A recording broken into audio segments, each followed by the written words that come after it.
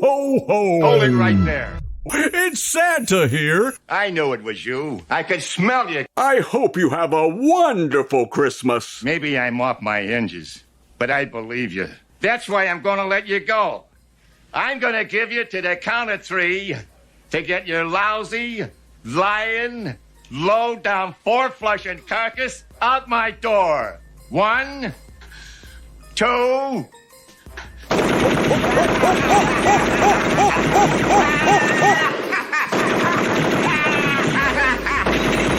3. Merry Christmas, you filthy animal.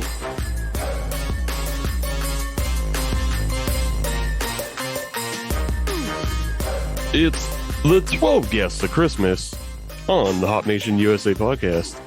And it's me and it's Adam. Of course. Yeah. And for the next 2 weeks, you'll be hearing us talk to at least 12 guests, hopefully, through the holiday season. And, we're just going to catch up with some old friends, catch up with some new friends, hopefully. And we'll get into the holiday spirit and find out, all their future plans for 2022 and anything else going on with them. With that, though, we're going to start with the beers that Adam and I are drinking this week. Adam, would you like to go first? I would like to go first on this segment. I've got something here from, of course, the city of Pittsburgh. This comes from Allegheny City Brewing. This is One Flip. This is a cream ale.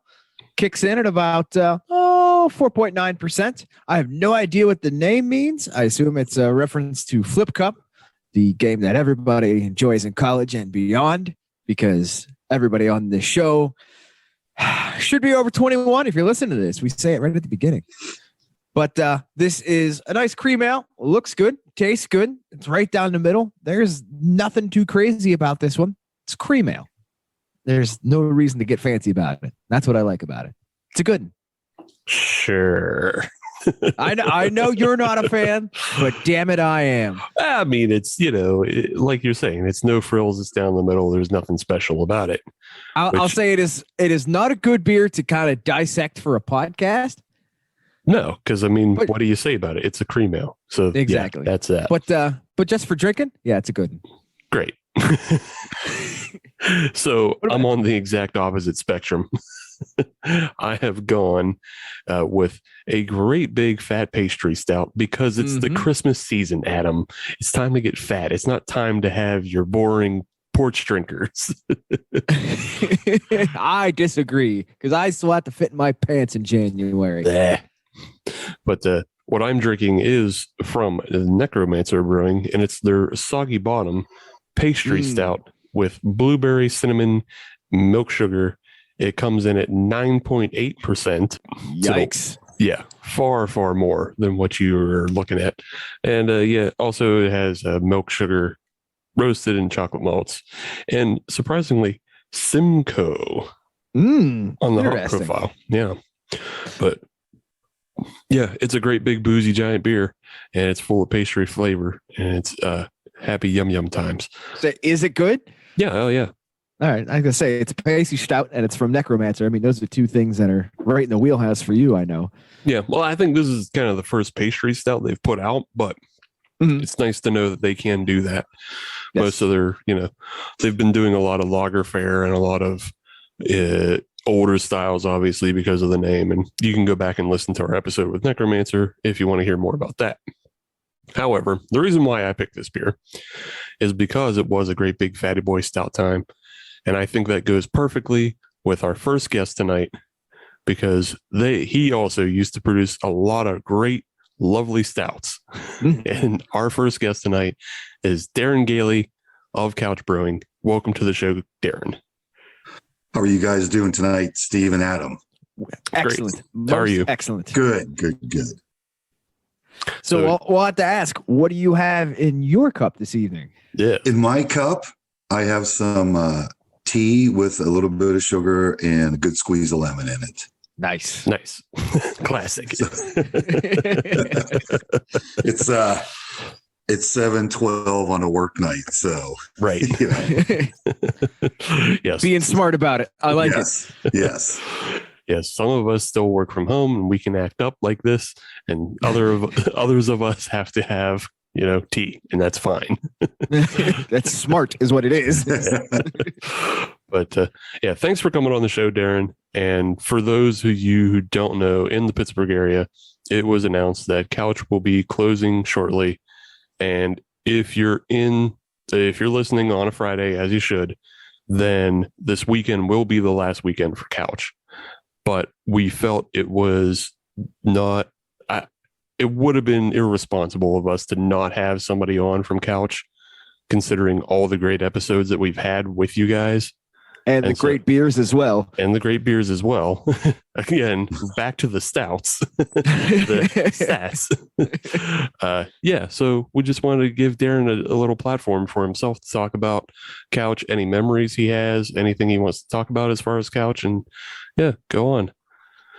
Well, first of all, thank you guys once again for having us on. It's always a pleasure being on your podcast. I think it was last week's podcast I listened to, and Adam said, I'm not exactly sure how you said it, but you said, I'm not sure this is a financial decision, but there's something more going on. Is that pretty much what you said, Steve? Or that was more of an Adam. Yeah. Yeah. It was. Yes. Yeah. So, it's the latter. So I have reached the end of wanting to produce beer and to own a brewery. And that's pretty much where it is.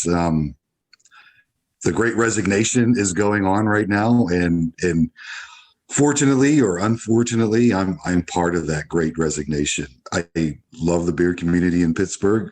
I especially love all of our patrons who came. In my mind, we have the funnest group of people who ever walked through a brewery door there. So, earlier in the week, a month ago, I was really, really happy about it. And then like today, it just suddenly hit me. And man, I started getting real sad today. So, so this is like kind of a weird time to, be asking me these questions, because if you would have asked me a week ago even, I would have been like, oh, hell yeah. I just want to get the hell out of it and go on and move on with my life. But today, especially, I'm driving around and just hearing some songs that we used to play at the brewery and stuff. And it just really kind of hit me real hard. And it's very, very tough. I thought it would be much easier than what it is. I guess the closer I get to it, the sadder and the more real it becomes, Mm-hmm. Yeah, the reality sets in. Yeah, it's understandable though, because you guys definitely built your own community within Couch, with having Drag Bingo, which drew in a bunch of people, and which, one of the things you were known for outside of stouts, and just that, again, that real, it was a cozy space for everybody to come in and enjoy beer. So obviously, yeah, I can see how you might, you might feel some feelings as far as, letting those people go. I hope I never have the opportunity to let them go. I mean, meeting them in Couch as it is, that'll be gone forever. But I hope I run into them and hang out with them, outside of Couch, especially this past weekend. Just the amount of goodwill that was put our way was it was tremendous and humbling at the same time. And I never thought that we affected so many people positively in that way. And I think that's what's kind of hit me at this time. Like, yeah, we brewed beer and yeah, we went to beer festivals and all that stuff. But we always wanted to make a place where everyone felt welcome, and everyone did. And just the messages getting on Facebook the past week, it's very, very heartening. And out of all the things that we did, that's what I'm the most proud of. Mm-hmm. was building that community. That was always, I was always proud of brewing beer and stuff, but that's way, way down the list, especially after this past weekend. Just the amount of just love that was put our way. It was amazing. It was very heartfelt, and and difficult to process too at the same time. Because in my mind, we're just a bar, and then we're closing down. I didn't know that it was such a positive focal point for so many people. So those things are starting to hit me now. I'm not going to miss worrying about refrigeration. I'm not going to worry. I'm not going to worry about oh my God, do we have enough towels to get through the weekend? And stuff. Right. That stuff, I'm never going to miss that. Paying bills and all that good stuff. But that stuff I will miss tremendously. Yeah, that's good. That's great to hear, though, that you were able to see all that, and then you got all that outpouring. Because one, that speaks to how great Couch was for those people, and also it just speaks to our Pittsburgh community in general, that people are looking to come out and make sure they sing your praises one last time before you go. So yeah. Yep. And awesome. I will say that was earned as well, even from our perspective on the podcast. The effort that you guys at Couch put into, to help us out. Even during the pandemic, we had multiple episodes with you guys, and being able to get beer from you, so all of us can enjoy the same beer at the same time. I mean, that was next level stuff. So all that goodwill was 100% earned. Oh, Adam, there was no fluff whatsoever on that. That was all effortless, man. That was so easy for us. It wasn't like you guys were putting us out at all. Yeah, I think we were. Well, I'm going to say this and since I'm going out of business now, I don't care. You guys were the first fun podcast that I was on. Wow. Okay. All right. Podcasts, like. We had that podcast. You weren't there, Adam, but that night with Steve, that was a hell of a fun night. And I was like, man, I wish every beer podcast was like this, because some of them are just the dregs, man. So keep up the good we work. Appreciate that. You guys are, and I can also say that I'm going to go out as the undefeated champion of the crazy ass beer competition. Whatever we had there with Couch. Yes, Darren is referencing the game that was basically a ripoff of Chopped, which we called Brewed, and he won twice in a row. He will go out forever champ, undefeated. Yep, and we will not have that game tonight because I don't want to be defeated. You also don't have any. We couldn't do that to you. You also don't have any competition right now, so it's just you.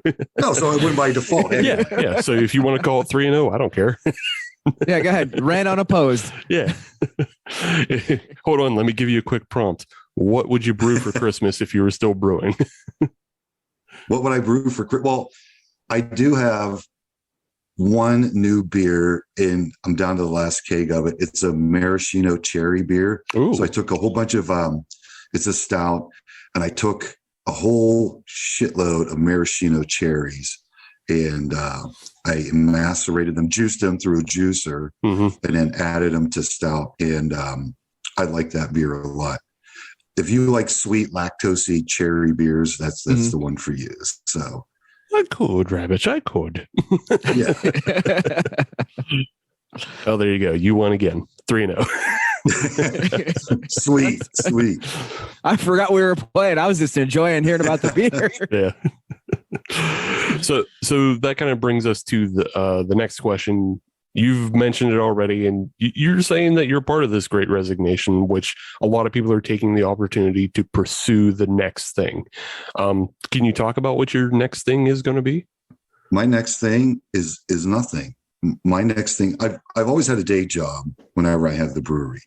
And now that I work for a medical company and I'm required to be on call, that has taken a lot more of my time.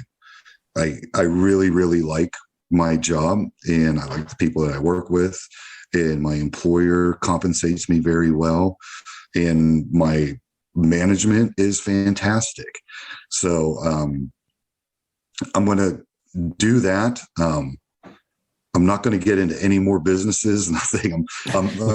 I'm kind of done with business. I mean, I followed my passion, and one lesson that I learned is if for me, it could be different for other people, but for me, if I follow my passion, whatever passion I had. And if I do that for money, it zaps all the enjoyment out of it. So as much as I like drinking beer and especially making beer, doing it on a production, it really took a lot of joy of that out. It became a job rather than something I love to do.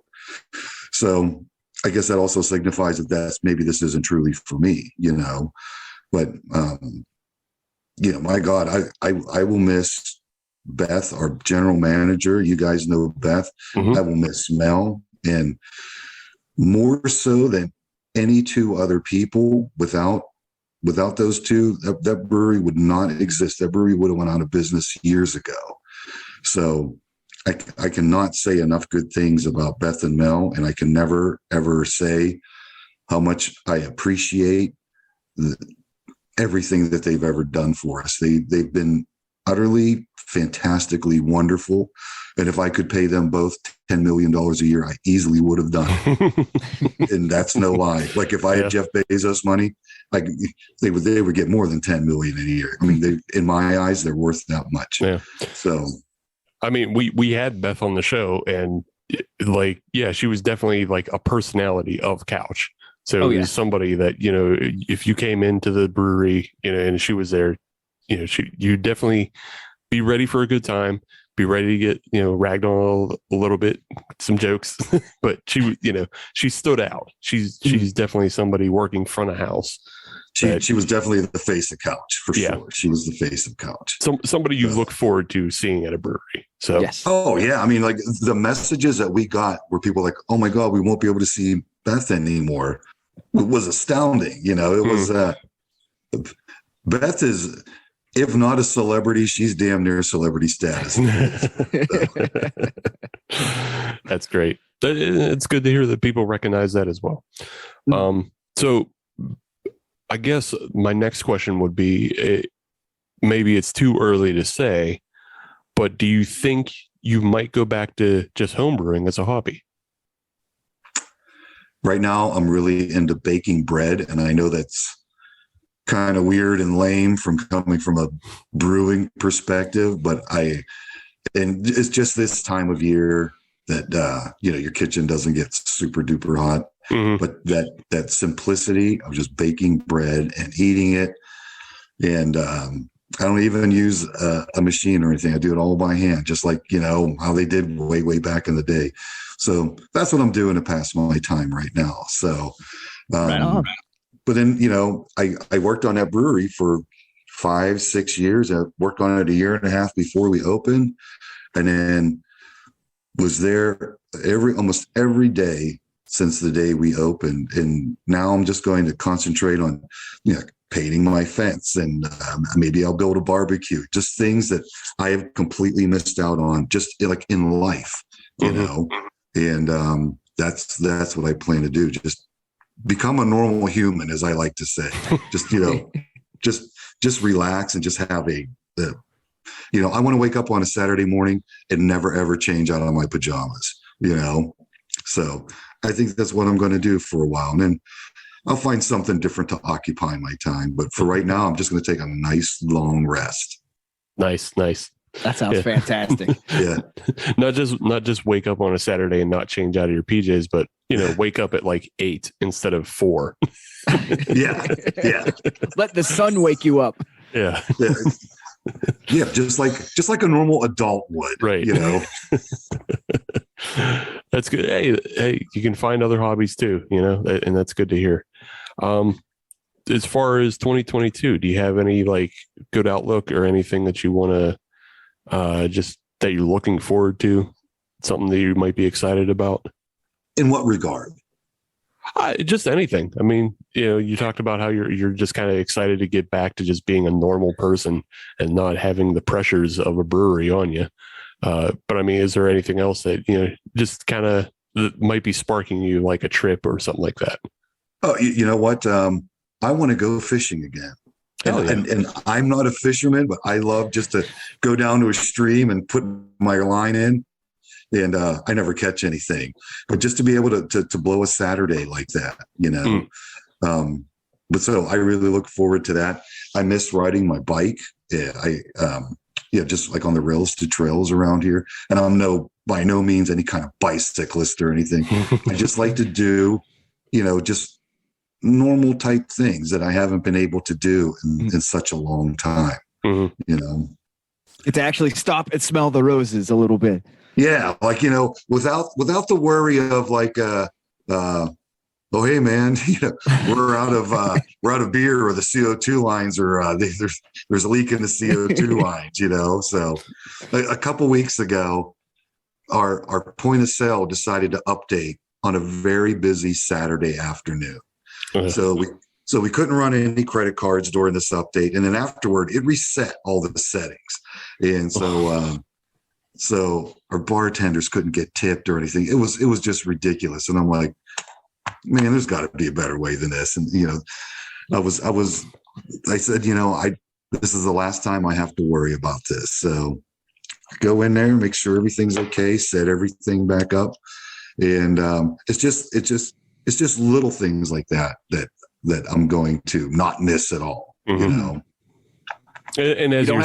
as you're saying, you get to you can go back to fishing and bike riding, and you're not going to have to drop those things in the middle to go solve a problem. Yeah, that's exactly right. You don't have to fear that next phone call. But oh no, what's the problem now? But like at the same time, owning that brewery was exquisitely rewarding. At the same time, I'm not knocking it at all. But for me, after a certain amount of time, it started to wear on me. And so, there's a ton of great breweries in the city, the granddaddy of them all, East End, Dancing Gnome, Grist House, Inner Groove. Those guys have a passion that, quite honestly, I don't possess anymore. And I'm not going to fool myself, and I'm not going to fool anybody else about, I'm not going to do the dance without actually feeling the music, Right. So I think it's best if I just walk away from it. So that's what I'm doing. Yeah, I find that very admirable, being able to acknowledge and recognize that, hey, I did it. I tried it. Don't need to do it right now. I need to walk away to make my life better for me. I find that very admirable. And make room for more people who have infinitely more passion about this than I do, So, and hopefully they don't end up like me, where like they just get jaded. It's not that I'm jaded, but kind of jaded. You know what I mean? So, I've seen how the sausage is made. That's exactly right. And I don't like to know how sausage is made. I just like to eat it. That's it. Just have it show up on the plate. Yep. So like, I never want to look inside a slaughterhouse. I never want to, I never want to see the person preparing my food. Just bring it out. If you spit in it, that's great. Just as long as I don't know, that's fine. Yeah. Well, hopefully that's not on your list of 2022 tasks. Is getting spit sausage. No. But I can hang out with Beth and Mel as like just normal people now. Not in a work relationship. Not that we ever really had like a work relationship.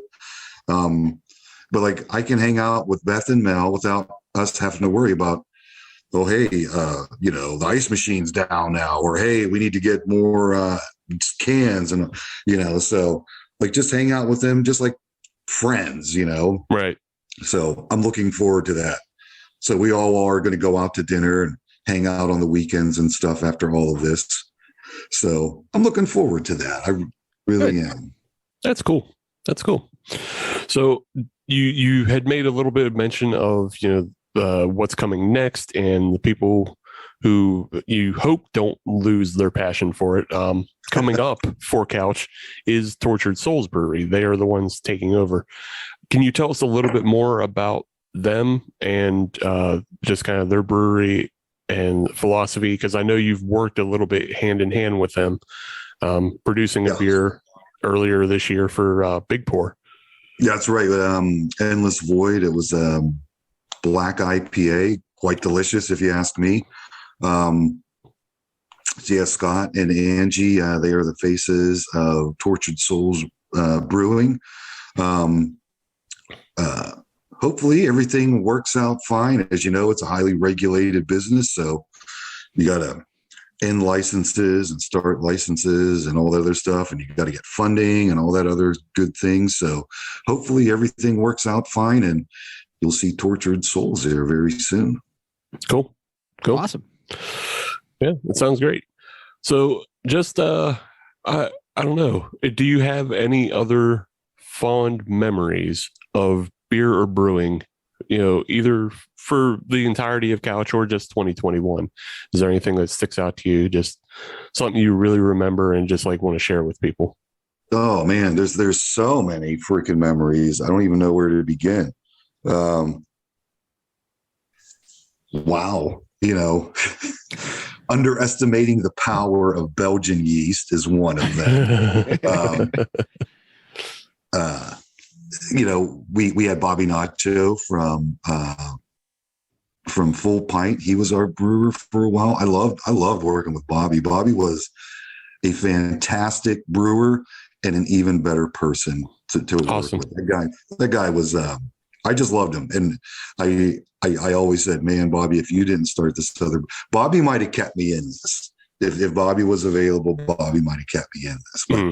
But Bobby went his own way. And this is in no way indicative of, he's the reason that Couch is going under. But Bobby really, for me, he blew on the embers that were the passion of, owning a business and owning a brewery. And I really liked working with that guy.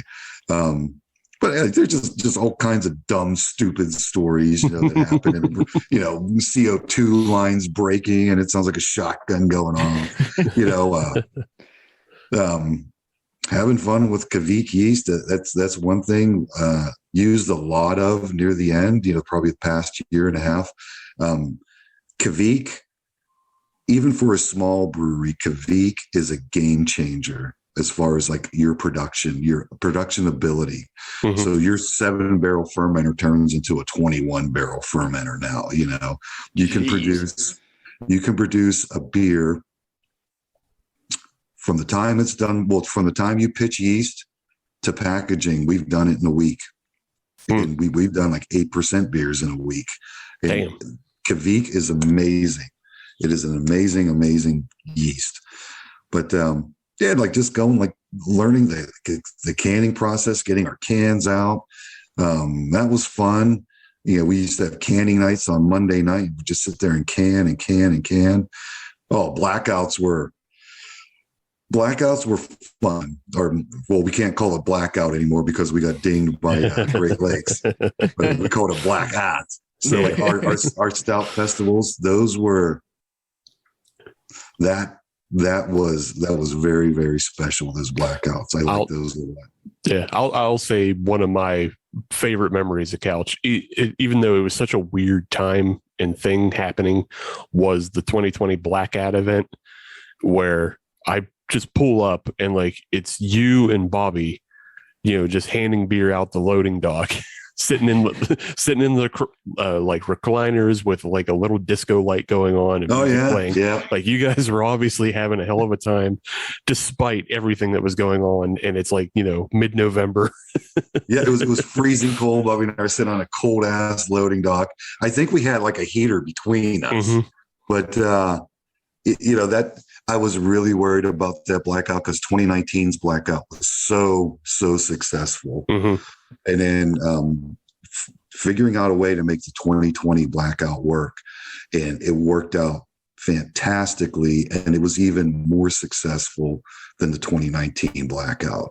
So that was a great sense of accomplishment there. I really was, just impressed with how everybody handled themselves. And Beth was the one who came up with the slotted times and very, very limited seating. And she just did one hell of a job. And she is a fantastic problem solver. And like I said before, man, without Beth, none of this would have worked. None of it. Because I never would have thought of that. But she was great. And then Bobby brewing all the beer and then us canning like idiots. It was that was a really, really good time during that time. So awesome. That's even great though to it hear. was in the middle of a pandemic, Right. Yeah, you guys definitely adapted and it worked out for you. So Yep. and you still produced a shitload of great stouts. So Yeah, we had I'm a good with ton of that. them that year. Yeah. Awesome. Well, I want to thank you again for coming on, Darren.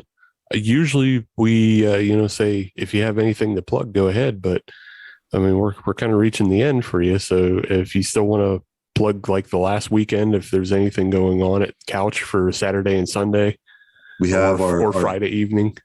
We have our very final bingo on Saturday night. It's our Everything Must Go bingo. And all the prizes are going to be stuff from Couch art off the walls, everything that isn't pinned down or pre-sold is going to be up for, you can win that as a prize.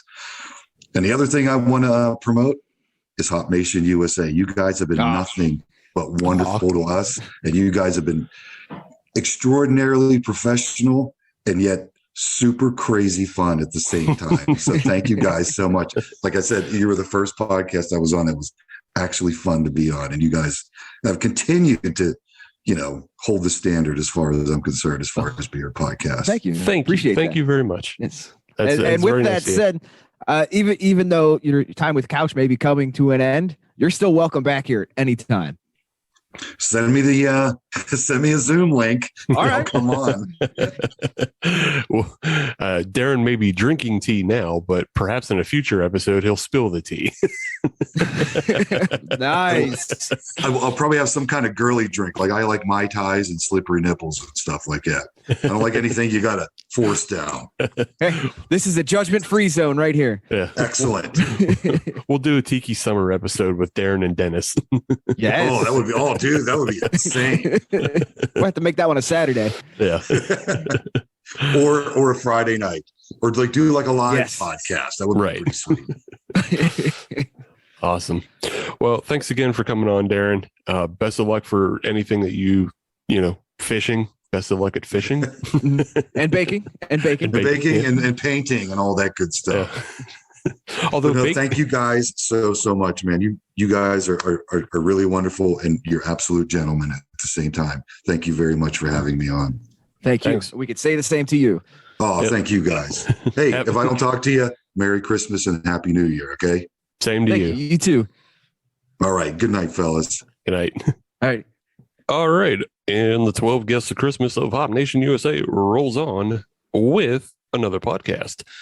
And right now, we're joined by Nick from the Weekly Recap. Say hello. Hi, guys. What you Welcome back drinking, to Nick? the show. Hey, thanks for having me back. I was unexpected, even though we're in a battle this week. I appreciate you guys letting me come on.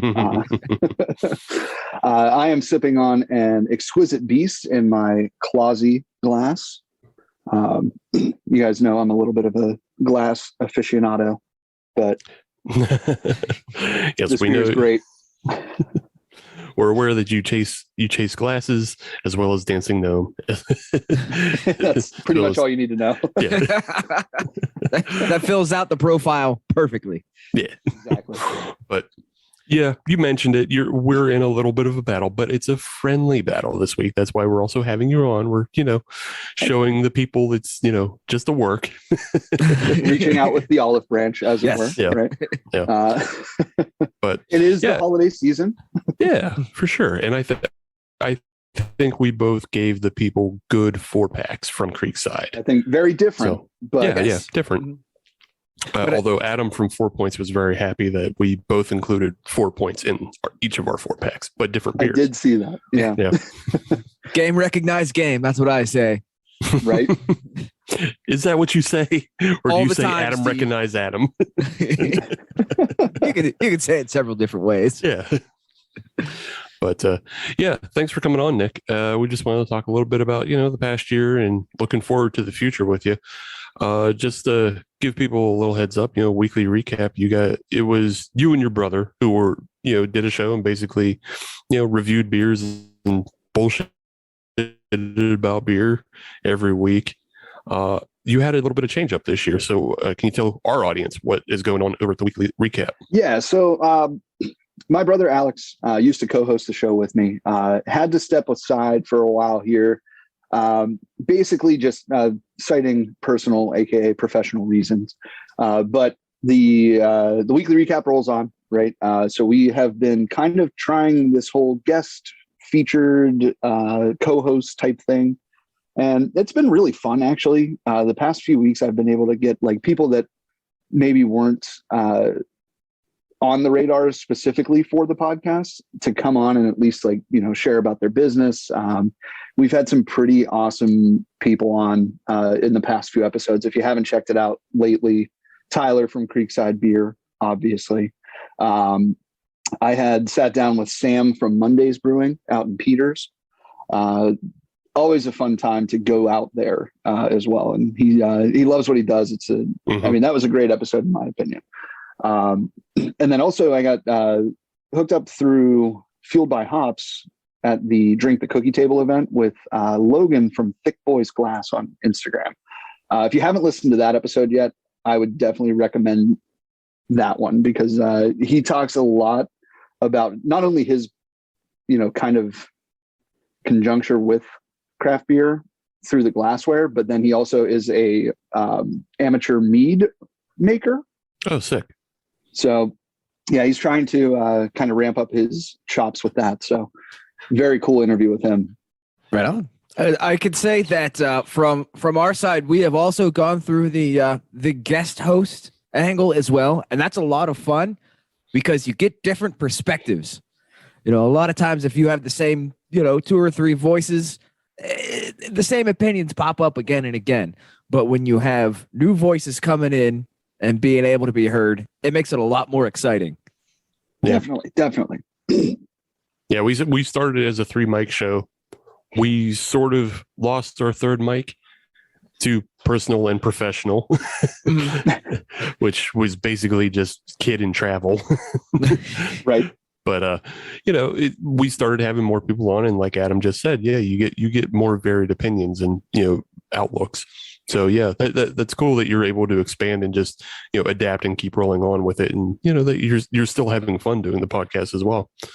Yeah, shout out to my wife for coming on a couple of episodes too. It's always entertaining when she gets to roast me on the podcast. So.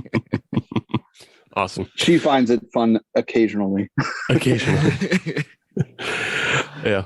So let's just move right into it. You've talked about some of the things that you did with the show, but just in general, I mean, obviously we're still all beer fans. What do you have any like top beers of 2021, and do you have any top breweries that you visited? Well, so visiting, we didn't do a whole lot of travel this year, obviously with the pandemic and whatnot. It was a little bit tougher, but we did get to the Finger Lakes in New York for a kind of extended weekend, couple days up there. One of the highlights of the trip has to be Other Half Finger Lakes. It's like a compound up there. And I mean, if you know anything about the Finger Lakes, it is just farmland. And then there's a bunch of lakes with like touristy like towns that popped up around them. Other Half is not anywhere near any of that. So it's like kind of right in the middle of 3 like pop-up towns, but it's also super chill, really open space. Like it was outdoor mostly. They have a tap room and a brewery on site, but it was really cool that they had, when we were there, and it was totally by accident, they actually had a tap takeover with Side Project. Oh, and okay. Yeah, Side Project is not a name that you throw around lightly in the craft beer industry. But so we went there like the Saturday night, and the tap takeover was, Friday night, and tap takeover was Saturday morning. And we were like, oh, well, we're heading out, Saturday afternoon or whatever, but we're going to stop by before that. So that was, that's probably my place that we visited this year.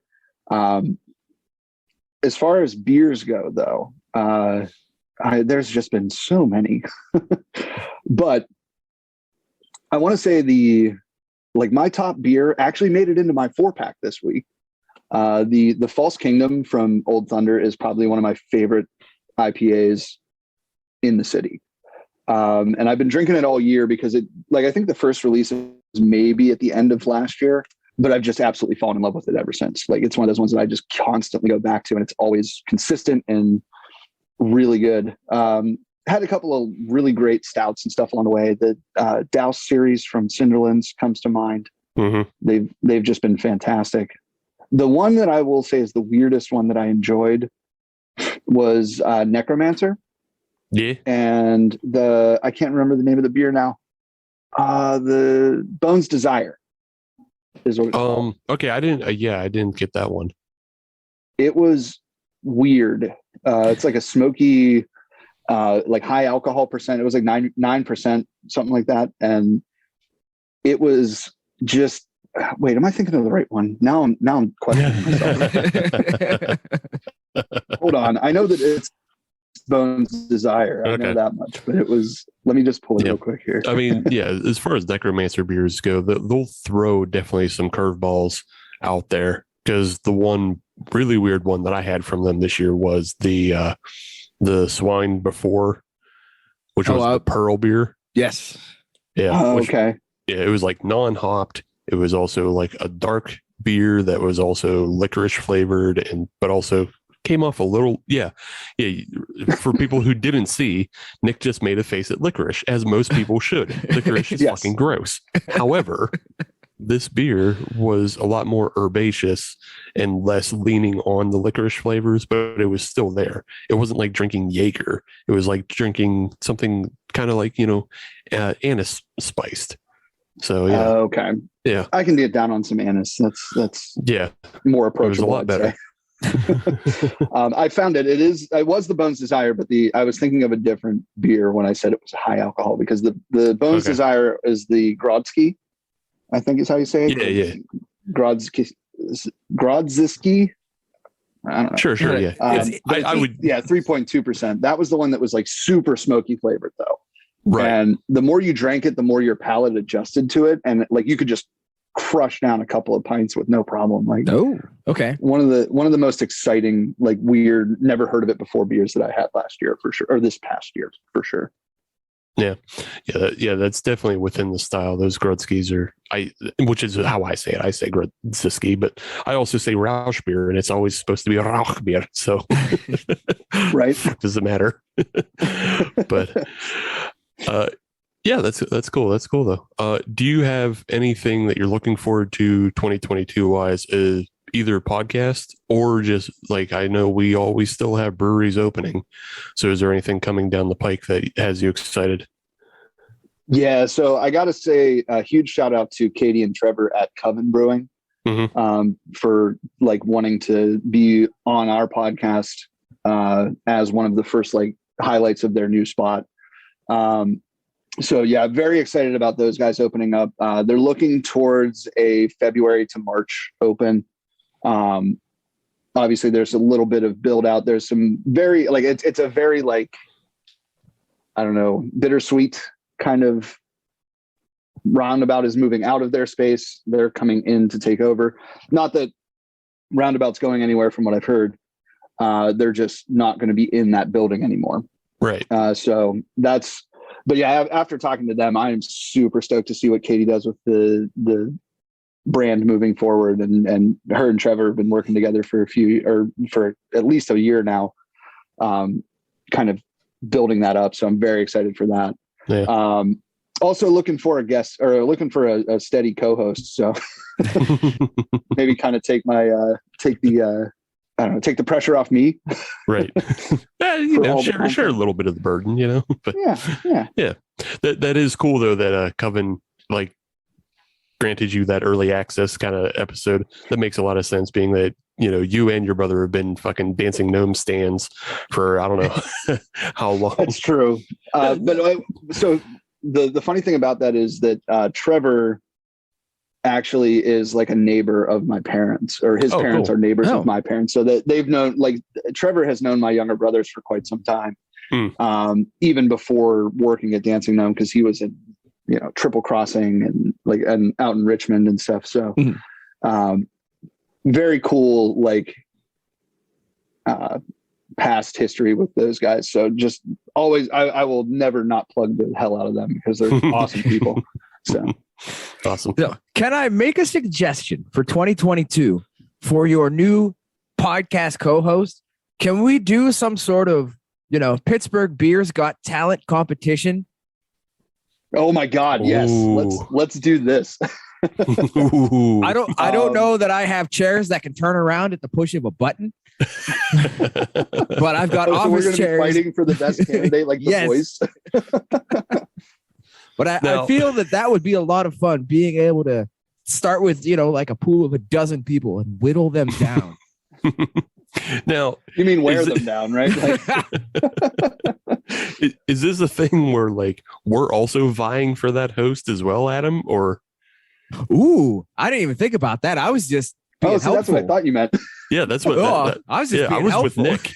I was with Nick. It's the way you're pitching it. It sounded like we're all lining up and looking for like a third mic or a co-host. There's something to be said about that. We could do that too. Your podcast abilities will be judged by a panel of your Pittsburgh craft beer peers. Like, Scotcher just shows the up. lights go down. Yeah. Scotcher shows up and he's like, "My show isn't producing right now, so gotta get a show somewhere." I like that. I think that's a good idea. We need to have some sort of competition to get you a new permanent co-host. I think I have a feeling eventually this is just going to turn into the roast of the weekly recap. I think Dennis is, a good host for that. Yeah, he's impartial. Yeah. unless he wants a co-host for the Daily Sip. Well, they just hired like a bunch of people, so it's fine. Right? Yeah, he's got an army. Better be able to find a co-host within his payroll. Podcasting, it's not for everyone. That's right. But yeah, awesome. We talked about Coven and how they're opening it up and everything. I don't know. Do you have any other final words for the audience? Just anything you want to plug, anything you want to put out there? Honestly, not right at this moment. Like I said, kind of looking forward to keeping the guest train rolling. Got a couple of irons in the fire for some people coming up in the next few weeks here. Hopefully by the first of the year, I'll have a little bit better schedule in mind. We are going to be doing the yearly recap again, like we always do. Going to try to get Alex on that episode if I have to stuff a mic in his face to just record him drunk on Christmas Eve or whatever, it's fine. Family time, Yeah, exactly. What are big brothers for? So yeah, that's that one. That episode to me is always just a lot of fun because like a couple years ago, we did like the clip show for our anniversary and I had to go back and listen to, 5 hours of, us talking to each other. But the yearly recap is always kind of what can you remember? What did you write down? And what was the best of? And then you go back and you listen to it and you're like, well, that's wrong. That's wrong. I forgot about that. That's wrong. So it's a good time, but I'm just really excited to keep this going. It's an outlet for me to share my opinions with the world. And I think I meet a lot of cool people along the way, you guys included, obviously. Steve, I got to ask though. Yeah. Why am I seeing your face now? Oh, see, this is something that a lot of people missed. If you weren't keeping up with our, it came at a bad dumb time, but I switched to a camera when we did the interview with Seaback. Shortly after that, though, most restrictions lifted and we all got vaccinated. So no, I wasn't doing the video show anymore. So yeah, you get to see my face on camera, but now I don't put out the video shows because YouTube doesn't do shit for people. That's a fair point. In our world, at least. Yeah, in our world, at least, because you just get demonetized for mentioning the NFL, right? Yeah, exactly. You get demonetized for everything. It's hard to build an audience because they don't cycle alcohol into the algorithm because they don't want kids seeing any kind of alcohol content. So yeah, YouTube is not the way to go. Unless you're like live streaming, which we don't do. Yeah. So look for our new show on YouTube in 2022, Tea Nation USA, where we talk tea, both hot and iced. And I'm going to migrate everything else to Daily Motion. No sweet though. Poor Vimeo getting no love. Oh, I use Twitch is the new Vimeo. It is. although I think you get demonetized or taken off the Twitch for drinking too much. So jeez. I don't know. Yeah. Well, then I definitely won't be on Twitch doing this. Thank you. Yeah. Don't fuck with it. But yeah, awesome. Thanks for coming on, Nick.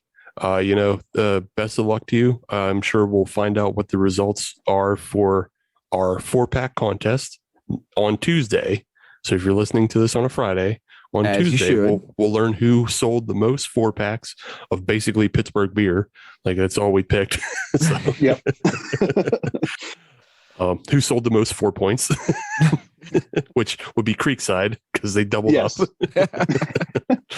Which is not a bad thing. I mean, No, they're very no. different beers that we picked. So Yeah, they're very different beers, and obviously 4 points is a good brewer. So, yeah, enjoyable stuff. love those but guys. absolutely, and I think we're both still in the race to see who can get Adam on their fucking podcast first because he Right? will not do them.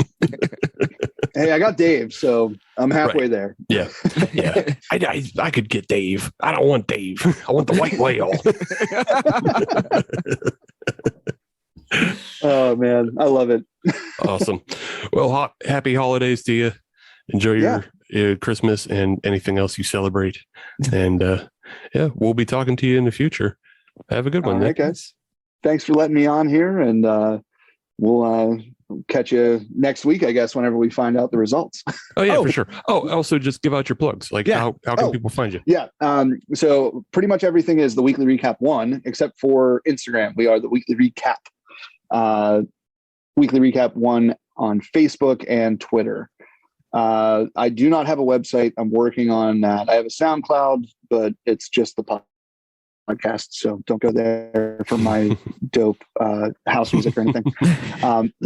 But you can find us on all the major streaming platforms. Give us a like on Facebook, review on iTunes, and maybe I'll send you a beer or something. So thanks, guys. Right on. All right. Cool. Thanks, Nick. Have a good one. Welcome back, everybody. This is our 12 guests of Christmas. Our Christmas time for us to slack off. I get to introduce this segment. And we have multiple people on this segment. It's not just me. It's not just Steve. We have 4 people on here. And this time we are going to talk to some of the titans of Pittsburgh beer social media. First, we have the Pittsburgh beer douche, Mike. Mike, welcome to the show. Hey, thanks for having me. Thrilled to be here. He is the nicest douche I have ever met. Although he finally showed his douchiness, he was out drinking and asked us to push back the time slot a little bit. Yes, finally, I did. finally douched it up a little bit. Yeah, he tried to make us work on his schedule. Yeah, I've been working on that. Been working on being more douchey. So Thank you. Thank you for that. We've been giving you that advice for years now. All right, well, 6 months. 6 months. I mean, 6 months. You can hear the douche's first appearance on our Monday's episode. Yes, a fine episode. Our 4th mic is Jen from Hello, Brutiful. Hello. That's Nice you. to That's see your you all. Welcome to the show. Thanks for having me. I'm excited to be here. Jen is a woman about town when it comes to Pittsburgh craft beer. If you want to know anything, go follow her on Instagram or any of the social medias. She'll let you know what's going on. I try. And succeed. So since we're here and we're talking beer, and we'll get into your social media sides of things first, but we want to talk about the beer that you're drinking. So Mike, what are you drinking?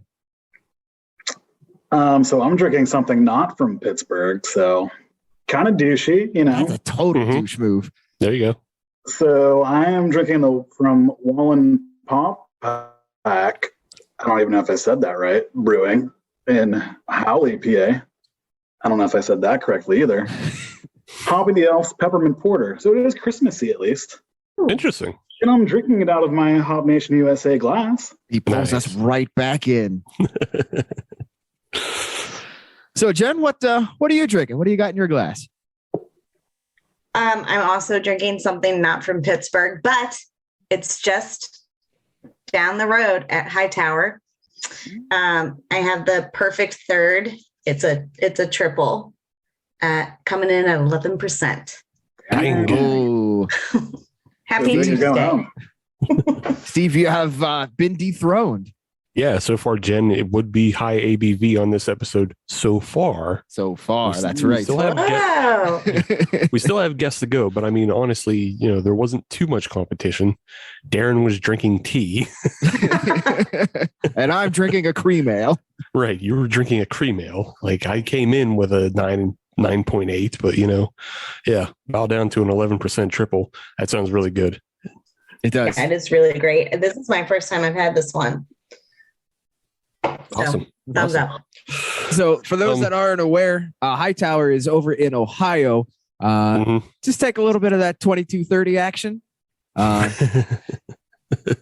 Just you take a little bit of that 2230 action. You go on down, head over to Steubenville. You go on down the road a little bit, go up to the farm. Pretty much. Yeah. Just pretend you're going to Post Gazette Pavilion because that's the only name for it. And I will not hear otherwise.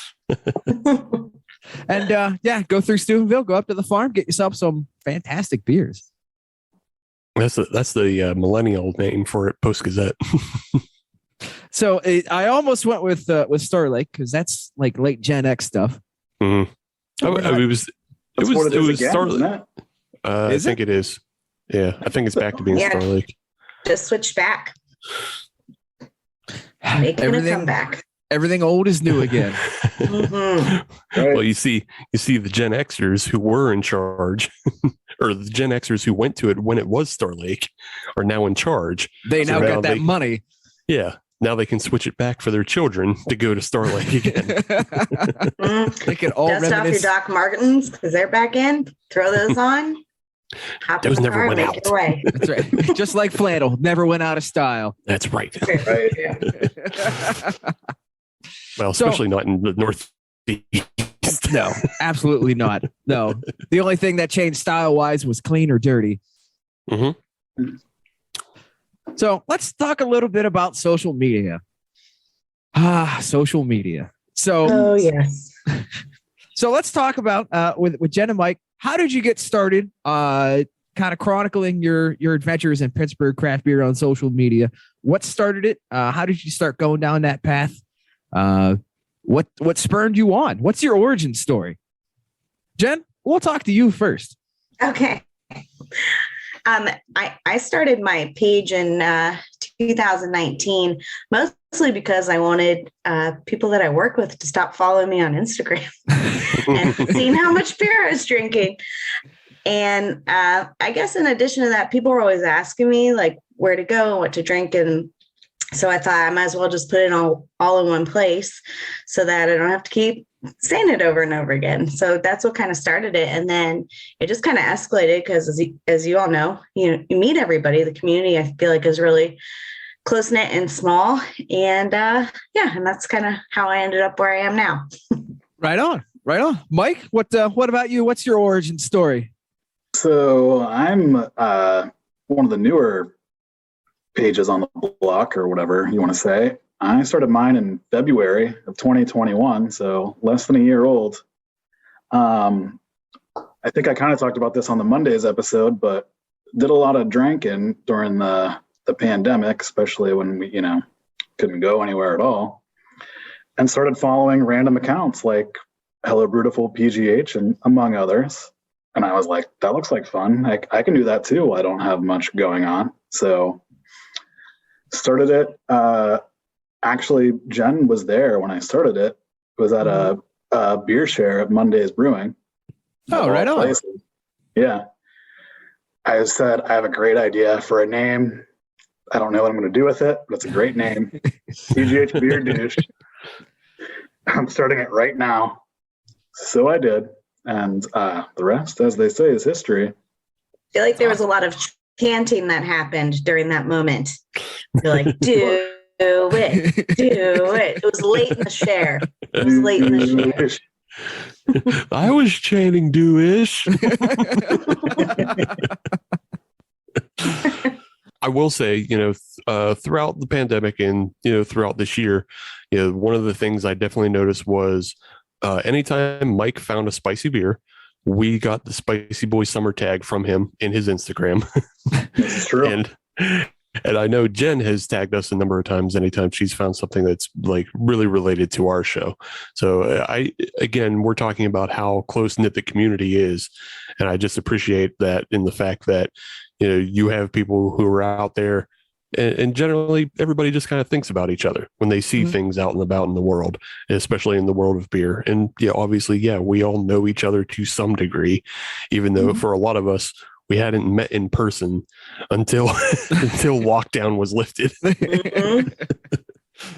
But yeah, I think that's really cool. Yeah, very, very true. I mean, always thinking about yins, guys, you know, listen every week, never miss an episode. I am very thankful for you guys because I get to live vicariously through you. Because you guys go to a lot of places that I'm not able to get to right now just for whatever reason, you know, and you guys are, you know, boots on the ground. And I appreciate that. Yeah. I can tell you the reason why I don't get out as much is because I live in the middle of fucking nowhere and I don't have anybody to drive me back. Right. Yeah, that's a challenge. I'm not going to lie. There have been a couple of very expensive Uber rides within the last couple months. Yeah. I'm not mad about it and I don't regret it, but it did happen. It's for the greater good. It was for the greater good. You know, I'm really doing God's work. Right. See, that's the thing. Every event, every outing for me would be like a $75 Uber. For drinking $35 worth of beer. Exactly. I'm not spending more on my ride than I am the event I go to. It's crazy. But speaking of events, obviously, if both of you have been to a lot of events in 2021 as things were opened up and lifted. Do you have like a favorite event that you went to this year? That's a tough I'll go first. Fire away. I haven't been to as many events as Jen. She's the queen of Pittsburgh beer. But without a doubt, it was Barrel and Flow. Yeah, I mean, I wasn't able to make either of the Fresh Fest. I made it to DigiFest in 2020, but you know, not exactly the same. But yeah, just like the whole vibe there was nothing like I'd ever experienced at a beer fest before. Like, it was incredible.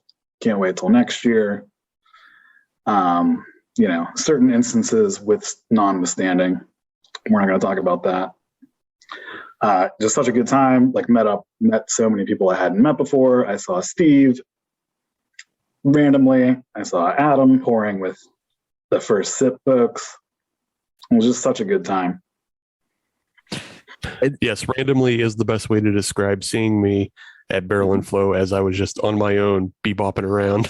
I'm pretty sure I saw you do it. Yeah, you darted once or twice. Yeah, well, you never dart. Well, I had a good line on something good. Like I had heard the Revolution strawberry barley wine had tapped. So yes, I darted over there. Yeah. Jen, what was your favorite event? Oh gosh.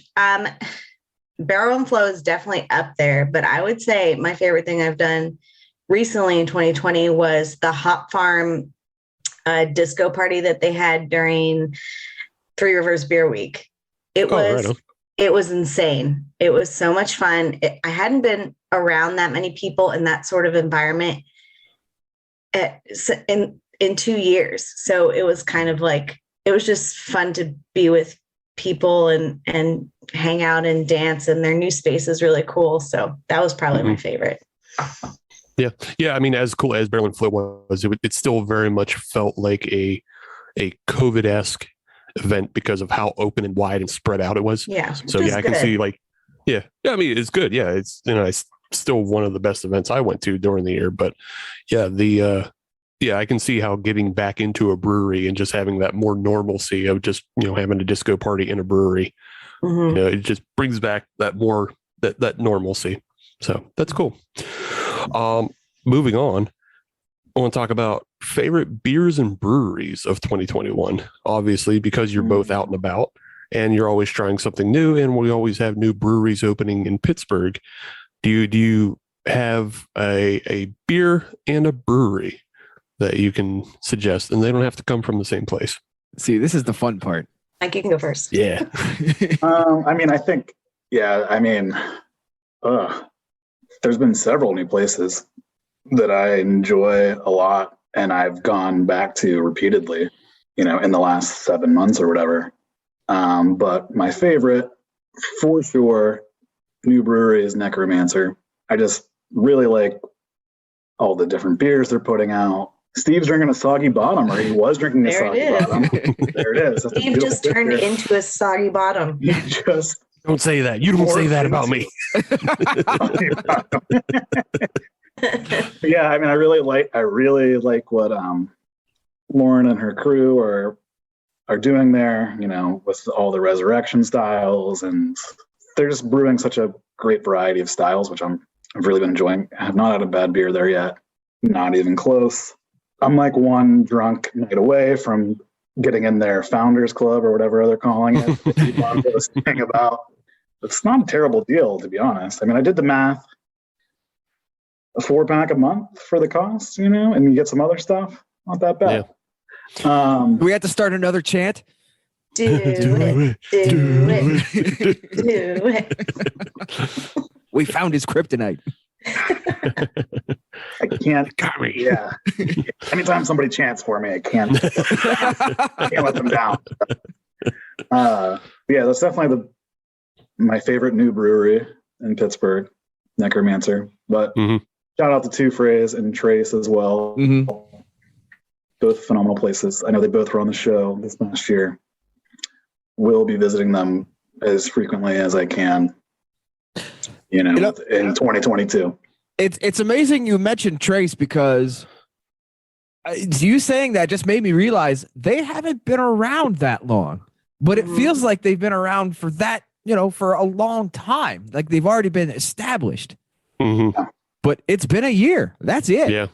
Just a year. Yeah. It was December like 2020. Is that when it was? December? Yeah. I mean, obviously, I think it helps with the crew that they came in with. Yes. Being that you had Adam Sorma, in there, and obviously he knows what he's doing, and just already a established figure in Pittsburgh. He doesn't know how to take culture. a scooter home, but that's okay. Right. Well, yeah. And then, I've seen that. And then Zach has been around at different breweries, so yeah, a well established, putting out beer that was finally crafted from day one is obviously very helpful. But yeah, very short period of time they were around. But, Jen, have you sussed out what your brewery and possible beer of 2021 were? Yeah, I was going to say my favorite brewery of 2021 was probably Trace. And for many different reasons that we've already talked about, but I just super love the fact that they're creating a community and they're doing a lot of things in the area where they're located. And I just we just find ourselves there a lot. I didn't really realize it was my favorite brewery until I went there the other day and they're like, "Hey, we haven't seen you in a week." And I'm like, "Oh, I guess I've been coming here a lot." So that's probably my favorite. As far as favorite beer, I was just scanning through my notes to see what might be, jump out to me. But I really loved the collab, the 5-year anniversary collab by Dancing Gnome and Allegheny City. I thought that was really, really great beer this year. And I don't know. It's hard to pick just one. That one jumps out to me. Right on. I can't pick just one beer either, but I do want to give a quick little shout out to Dancing Gnome doing a lot more traditional styles this past year. I think they've all been great. I really enjoyed the Munich Dunkel they had out. I think it was part of their water series in November. I don't want to say that's my beer of the year, but it came to mind. Yeah. That's an interesting thing you've brought up. I think we've seen a lot of breweries move towards putting out more traditional styles and even lesser known styles. Because we have seen how many Schwarzbiers show up in the past couple months. Yeah, and there's more coming. And you just mentioned Two Phrase. They put out one that I almost picked up. I'll still try to get it at some point. But Steve, I got one in my fridge, just waiting for me. got to clear out a little room. But yeah, I mean, Abjuration put out one. Yeah, we had a bunch of other ones. Beer. So yeah, they're all been good. Necromancer put out one, obviously. So yeah, is this something that you're looking forward to in 2022? The continuation of more traditional and even lager styles. Yeah, definitely. I mean, I've really been enjoying the dark lagers this past year, and I think I saw that Trace is doing a Schwarz beer, and Dancing Gnome's doing a Schwarz beer. So we're still on the heart of Schwarz beer season, as far as I'm concerned, and I'm all here for it. Heck yes.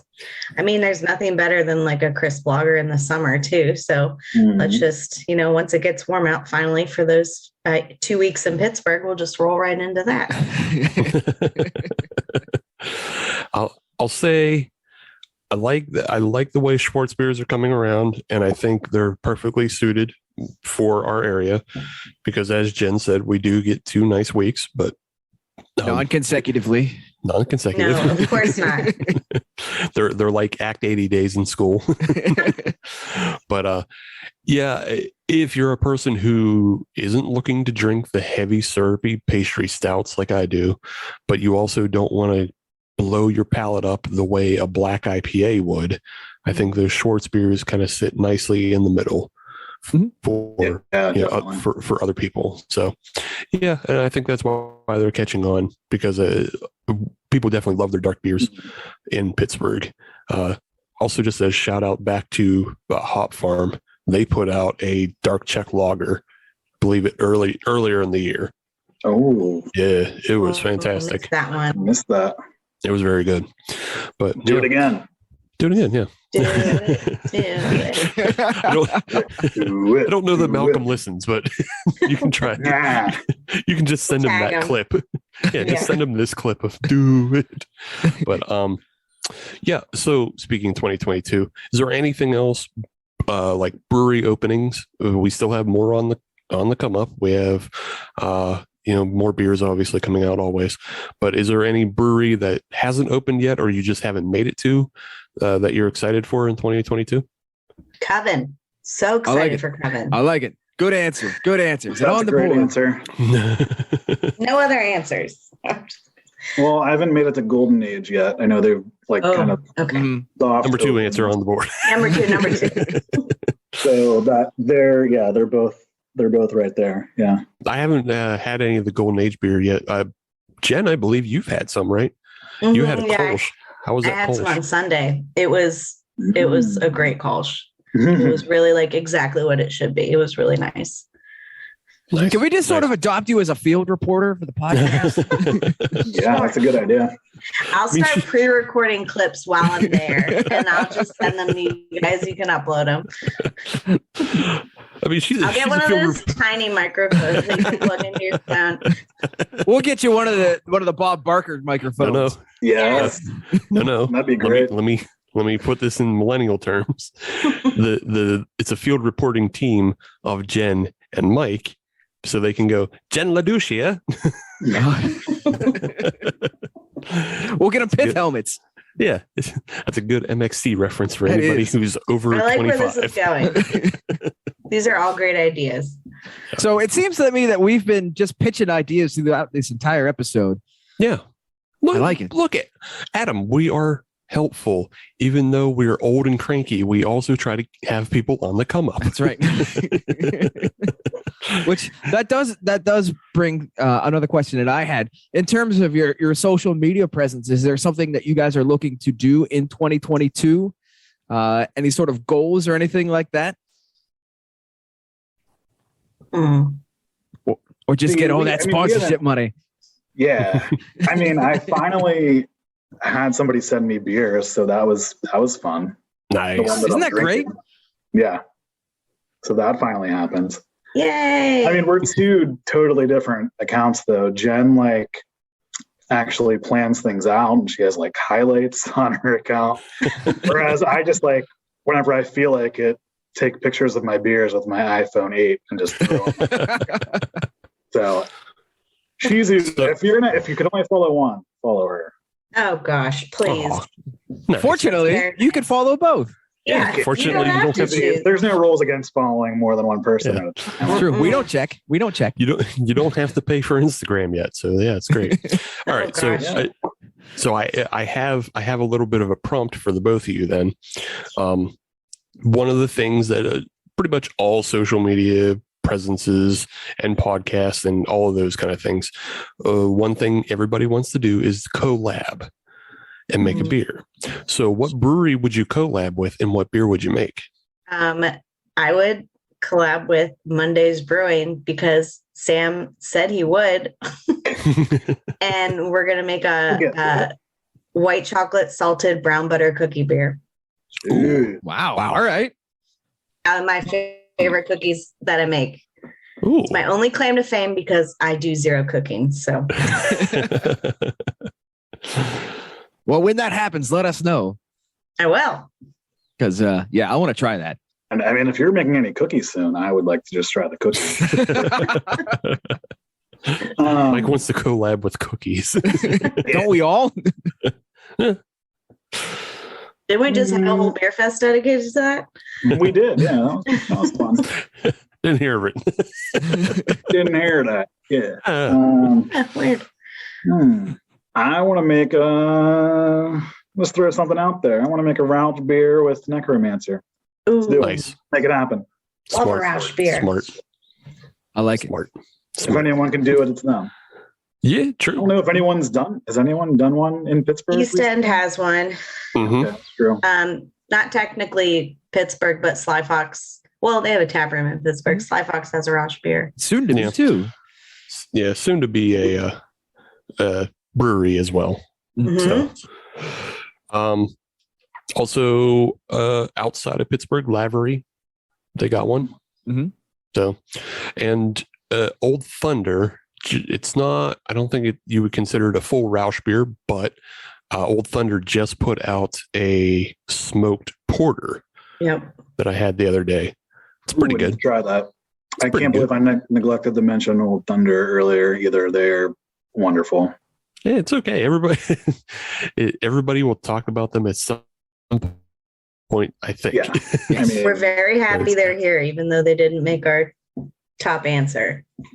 they still are a top answer, and we love them. Yeah. True.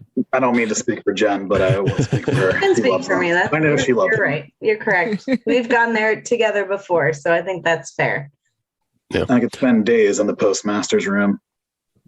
And they're also another brewery that's doing a lot of traditional styles as well. I think Adam, one of the first beers we had from them was a Hellas, maybe. I believe it was, yes. Yeah. So yeah, Would drink good again. beers from them. And obviously another brewery that has pedigree coming from Brew Gentlemen. So Mhm. Very true. it's a cool thing we're seeing. Just kind of like second or third generation, however you want to talk about it. But Trace is sort of a second, third generation with Zach coming from other breweries. You have Brew Gentlemen, which has created Old Thunder, and then you have Necromancer, which Lauren was at Penn. So you have all these people coming out of, and then Coven from Dancing Them, which was what I was trying to remember. My brain was farting out. But yeah, that's cool to see. But things are still looking bright for Pittsburgh beer in 2022. And if you want to learn more about Pittsburgh beer in 2022, then definitely follow Jen and Mike on their social medias. And now's the time that they'll tell you where to find them. I'm at Hello Beautiful PGH on Instagram and at Hello Beautiful on TikTok. Cool. TikTok. Yeah. Got to step your game up. Got to get that douche TikTok. The douche talk. Okay. Douche talk. Gotta Tonight- pretend you're a tonight- young person. Tonight could be the night. Yeah. Shit. Do it. But I'm Do gonna have trouble doing it. All right. Just you can follow me on Instagram at PGH Beer Douche, and maybe by the time this is out, there'll be a TikTok too. I don't know. Yes. Only one way to find out. Yes. Just keep people searching it always on TikTok. It never comes, but it's always a work in progress. Sounds like a douche. That's a total douche move. Just tease him. Yeah. Or put up one video and that's it. Never come back to it. It's a possibility. No. thank you both for coming on the show. Greatly appreciate it. We're gonna Thank Thank you. you. Yes, have to thanks do for this having me. again. Yeah, for sure. Anytime. I'm always Yeah. free. Yeah, we might actually have to do this in person too. Yeah. That would be awesome. In the future, we'll definitely have both of you back on at some point for a longer in-person episode. I will say, if you want to hear more from Jen, go check out Meg's podcast, Pursuit of Unhappiness. You were just on there, giving a kind of a full rundown and more about getting into the social media and beer platform. So yeah, I think that was a good episode. I would know because I edited them. Yep. I left that episode feeling like I had just gone to therapy. So you're really going to get all. I am definitely going to listen to that. Yeah. With that, though, wanted to thank you both for coming on again. And like I said, we'll see you in the future in 2022. And I hope you both enjoy your holidays, Christmas, and whatever else you may celebrate. So You as well. Thank you. Yeah, you too. awesome. So welcome back, everybody. This is our continuation of the Hop Nation USA 12 Guests of Christmas. Thank you for continuing to listen. We've got 2 more people, and this is our OG segment. This is where we go way back to some of our previous hosts, and I'll say hosts of the future as well, because they're still, more than welcome to come on the show again. Hint, hint. But You can just say there are lost children. they are. That's right. But the prodigal sons have returned. We have Sam, one of the OGs. Sam, welcome back to the show. Hello. This meets my quota for the year. I did 1 episode earlier in the year, and now I'm here for the year in review. So I think I'm good for 2021. So I'll continue to meet that quota moving into 2022. You got called bookends. That's right. Bookend in 2021. And that voice that you heard and you haven't heard for quite some time is Bubba. Bubba is back. Woo! Let's go. That's about what I got. Bubba, this isn't hockey practice. Let's go, Bubba. That's right. Bubba's ready. We got things to do, guys. Let's go. This is why we're not on the show often, because we don't have time. So let's wrap it up. What's I up? got a bed that's calling my name. Me too. But I am glad that you guys were able to make some time and come back on to the show with us and enjoy a little bit of holiday revelry. It's been too long. We don't like to have that long of a space between you guys being on the show. So let's celebrate. Let's celebrate with a beer. Sam, what are you drinking? Tonight, drum roll, please. I am drinking what may disappoint a few people on this call, but it is not a local crafty, but still in the state of Pennsylvania. It was just about the only holiday beer that I had in my fridge. So I'm holding up to the camera here. It is the Victory Winter Cheers Hazy Wheat Ale. So I've not bought many holiday beers this year, so this is what I could scrounge up. I am on an extreme beer buying freeze right now.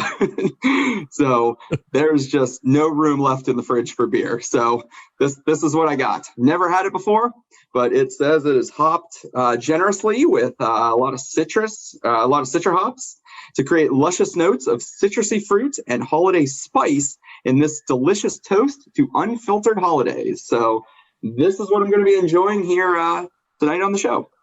Right on. Bubba, how about yourself? What do you got in your glass or your bottle or whatever it is that you're utilizing?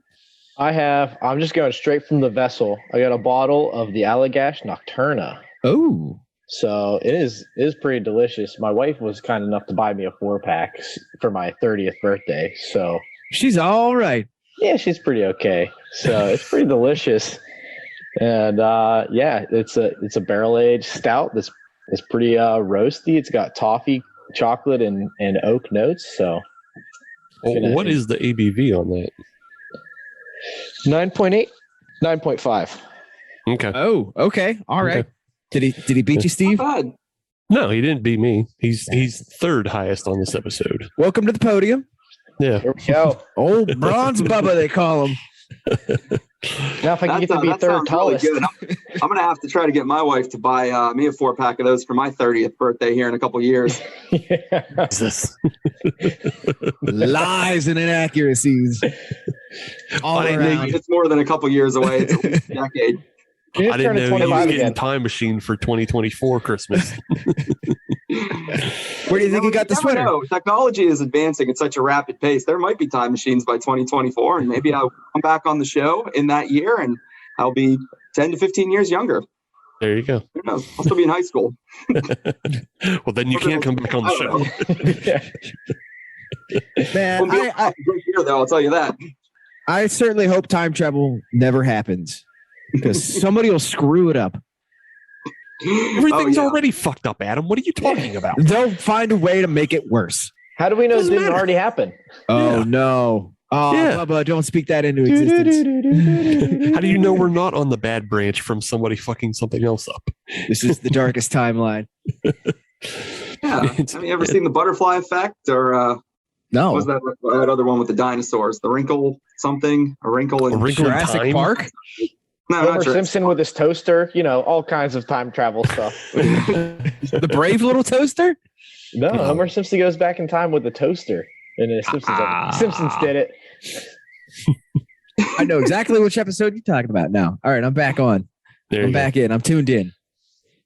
go. Well, speaking of time travel, we can do a little bit of traveling just over the past year.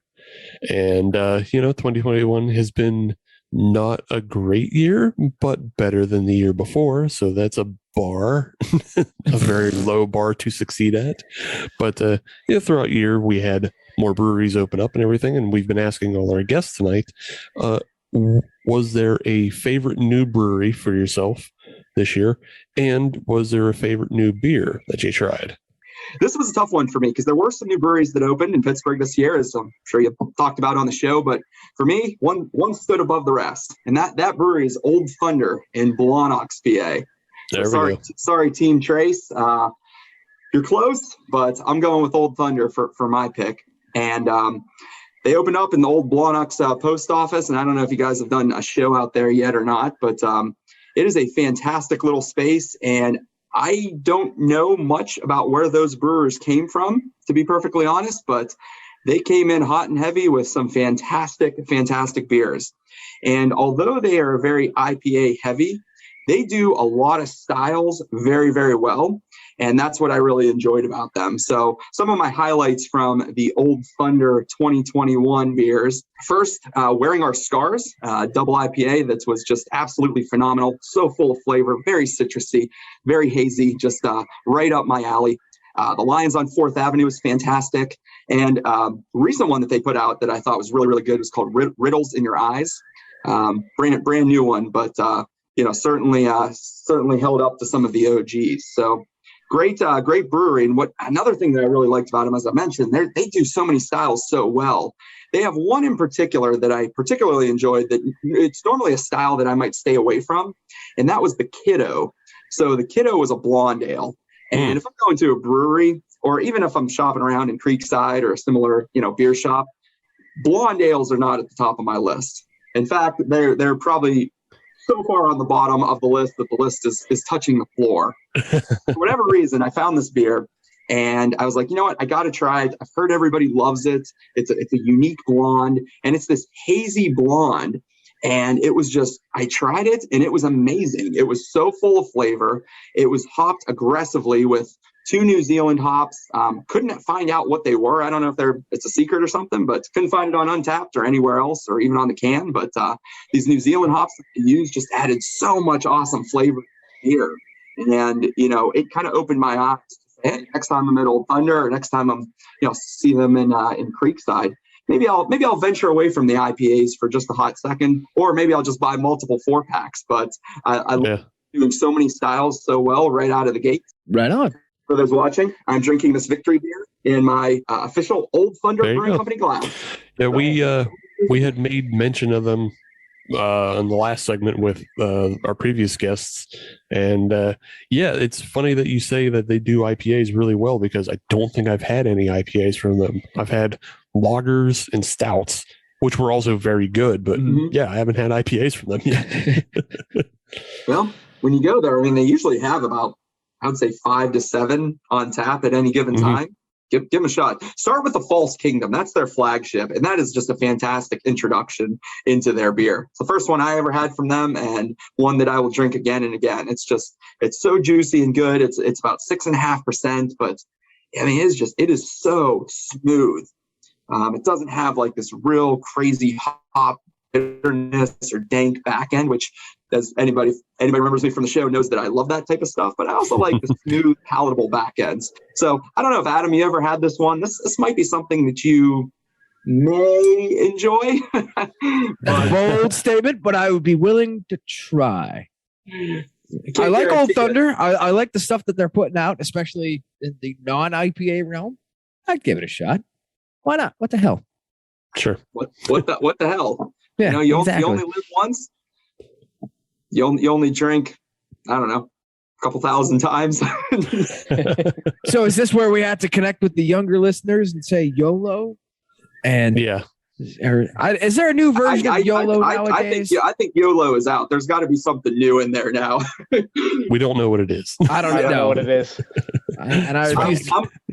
You guys are too old. I'm too young. I don't know what it is. Okay. Yeah. All right. Stop saying you're too young. You're going to get us in trouble on the show. Yeah. Bubba, just turned 21 the other day, so you're good. Okay, great. Bubba, what was your brewery and beer of 2021? So, brewery I've been to, I'd say I finally made up to Union Brothers, which isn't far from my house, but I finally went there this past year. They haven't been open too long, but got a kid and that kind of gets in the way. But so I made it up to there over the summer and everything. A couple times, sat out in their outdoor patio. Delicious beers, good food. And then what I'm most excited about, well, one of the things I was excited about was Full Pint came back because I love the White Lightning beer. Yes. And so they put up a pop-up location right on 19. So that's a nice little hop, skip, and a jump. And I can get all the White Lightning I want very easily. Yeah. Yeah. Coming up, I'm looking forward to Recons, like not too far away up in Cranberry. That's I got my sight on them soon. Recon is in a kind of a weird little space where it's in a community. Yeah, it's like at a community center. Yeah, it's in like an apartment complex, like that's just being developed. It's like a rec center, but not. Yeah. Interesting. Huh. Yeah. My sister has been there. She said it's absolutely awesome. Just in terms of the space, the location, the atmosphere. I honestly cannot recall if I've ever had a Recon beer in my life, but I'd certainly be willing to check it out because I've heard the space is really nice. Yeah. Sounds to me like you've got a good goal for 2022. I know. Put it on the list.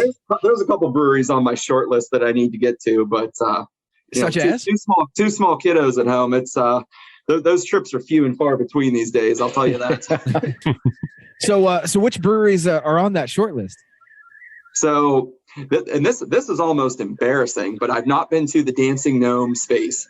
My friend Chris and we went to the last weekend for old time's sake of their small original brewery, and we walked by the new one, but neither of us have ever been there yet. So I haven't seen their space, which that's on the short list.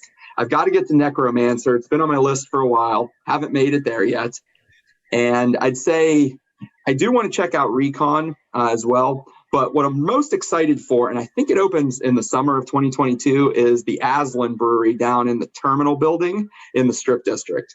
That is amazing because Aslan has kind of dipped their toes in the Pittsburgh market over the last year. And every now and again, you'd see a beer or two pop up. But now that they're going to put a brew house and production facility in there, we're going to be able to get that beer a lot more readily. And I love it. So I'm very excited about that. Right on. Bubba, did you have any more 2022 goals?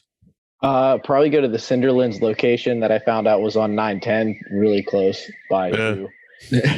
So you have to get out of your neighborhood. Yeah, dude, it's tough. Well, it's tough, man. I don't know if you know this. There's been a pandemic. All the breweries are open now. It's all good. I've just been excuse anymore, especially not in 2022. I don't have a lot of excuses why I haven't. That's just. It is your personal choice, and you are welcome to have it. Here's the problem too, and this is also kind of my thing. And maybe now that I'm, dare I say, getting older, maybe I'm also getting a little bit lazier. But Creekside has pretty much all the beers you could imagine from all of the local breweries. So sometimes it's nice to just go there and buy them all and bring them back to your house and drink it home. Yeah, that's what I do. I usually just go pick up a Cinderlands 4-pack from Creekside and come home, and then like my daughter can be in bed and I can be drinking. Like I don't have to worry about being out. Like, so let me tell you that there is now an even lazier option, because there are now TNT packs that have been hand-picked for you guys. I saw the video today. Hand-picked. Cultivated Hop Nation USA 4-packs at Creekside that both of you should go pick up, as they feature a lot of things. Although, I feel like maybe we should have had separate 4-packs for Adam and myself, just to double up, because there was a lot of beers I left off that I wanted to put in. Well, me too. That was definitely kind of a compromise 4-pack. Yeah. There's just Creekside has so many beers, and it's just so much going on. Yeah, I didn't even buy one myself. I bought other beers that I really wanted. I hadn't tried yet. But buying a 4-pack, that's a vote for you. Don't you want to vote for yourself? Adam bought one. Yeah, we got a vote out of it. Yeah. But the thing is, it's just like there's so many beers that I hadn't tried that I needed to get. But I can't put beers that I haven't tried into a 4-pack, because I can't sell that to the consumer. I can't put my stamp of approval on something that I haven't drank myself. It's true. That's fair. That's fair enough. And there are many things you have not drank at Creekside. Yeah. Yeah. I don't have the lifespan to drink everything at Creekside. New stuff just keeps coming in all the time. Give us a minute here. Yeah. I know it's hard to catch up. I tell you what, I have been enjoying that mix of 4 cooler that they have in the front. That has gotten significantly better over the last couple of weeks, and I think it's just because the volume of beer that's coming in there, they need to push some of it out. So you start seeing good Necromancer, 4 Points, Old Thunder, Gnome in that cooler, and it's like, man, these are like the latest releases. It's from like 1 or 2 weeks ago, and now you can make a 4-pack for $16, and you get one of each, and I've been loving that, because that's really all I want, is just to try a whole bunch of different beers. Yeah. I pulled a Cinderlands coffee quad out of there. So yeah. Oh, nice. Yeah, and I believe I grabbed a 2 Frey Schwartz beer out of there as well. There you go. Nice. So, there's always something new in there too. It's great. Always happening. But so we're in the holiday season, and this is a question for you guys as far as what you have planned for the holidays. As you've already mentioned, you much rather prefer just have your beers at home. But have you guys been cellaring, or just putting off to the side, or closeting, whatever you call it? Do you have any holiday beers that you have lined up for drinking? Christmas, New Year's, anything set aside, anything special? I have a case from Beer Exchange of all kinds of goofy beers, some of which might be what Sam's drinking, of the Victory and like Deschutes and all kinds of stuff. So that's my plan to work through. It's kind of like a beer advent calendar of. But you're going to do it all in 2 days. Speed run. Sam, how about yourself? What do you got lined up? I have got a great new tradition lined up that I'm very excited for. Can't tell you guys what any of the beers are, because I have no idea, because it is a beer advent calendar. So for my 21st birthday this year, my wife bought me. I see you rolling your eyes right now, Adam. But for my 21st birthday, if I did it any harder, you hear my eyes rolling. Yeah, I'm listening. So let me repeat myself. For my 21st birthday this year, my wife bought me the Bruvana Mystery Beer Box for the holidays. For those that don't know, the Bruvana Beer Box is 12 different craft beers, hand-selected by Bruvana, and it was heavily promoted by Hop Culture. So I know that I'm going to get some good stuff in there. Variety of styles from breweries all around the country. So the box showed up. I stuck it in my fridge. I have not looked at anything yet. I am starting that on the 19th, because it is only 12 beers. So I'm going to start on the 19th and go through January 1st. But what's cool about that is in the box itself, outside of the beers, they they throw some swag and some other like fun brewery stuff in there as well, probably like some stickers, keychains, things like that. But every day that you drink one of the beers, they also have some live stream content that you can participate in with the actual brewers. Oh, cool. Okay. Most of these breweries, I'm sure I've probably never heard of. But you can learn about the brewery, you can learn about the beer. They said they have a live chat, so if you want to ask questions to the brewers to learn more about, the beer, their history and brewing or whatever it is, you can ask them during the live stream. So it's a really cool experience, or at least it sounds like it. I guess I haven't even started it yet, but I'm looking forward to it. So hopefully this will become a holiday tradition. So that's mine. So that's what I'll be drinking over the holidays is 12 different beers, and maybe in the new year I'll share with you guys what they actually were. But I say you're gonna have to keep us posted. You still got access to the Instagram. Yeah, post that on the Grum. That is true. Can't say I've been on there in quite some time, but I still have access. So what the hell? Maybe I'll make a few posts if you guys don't mind. I'll share the Bruvana experience via Instagram. Now that I'm thinking about it, that can make for some really fun stories. Like each day you do an Instagram story where you're cracking into the box and you're pulling out the new beer, and I'm all excited for what it is. That can get you guys probably some new followers, a lot of likes doing that. All right. If you want to take that task on, Sam, you have my pretty sure blessing. people are interested in it now that you've been talking so much about it. Right. I'm interested. Yeah. And I'll have time too, because from the 19th through the rest of the year, I'm off work. So I'm not working, so I can dedicate my time to my children and my beer. There you go. Right. And 15 minutes on the Instagram to make a story.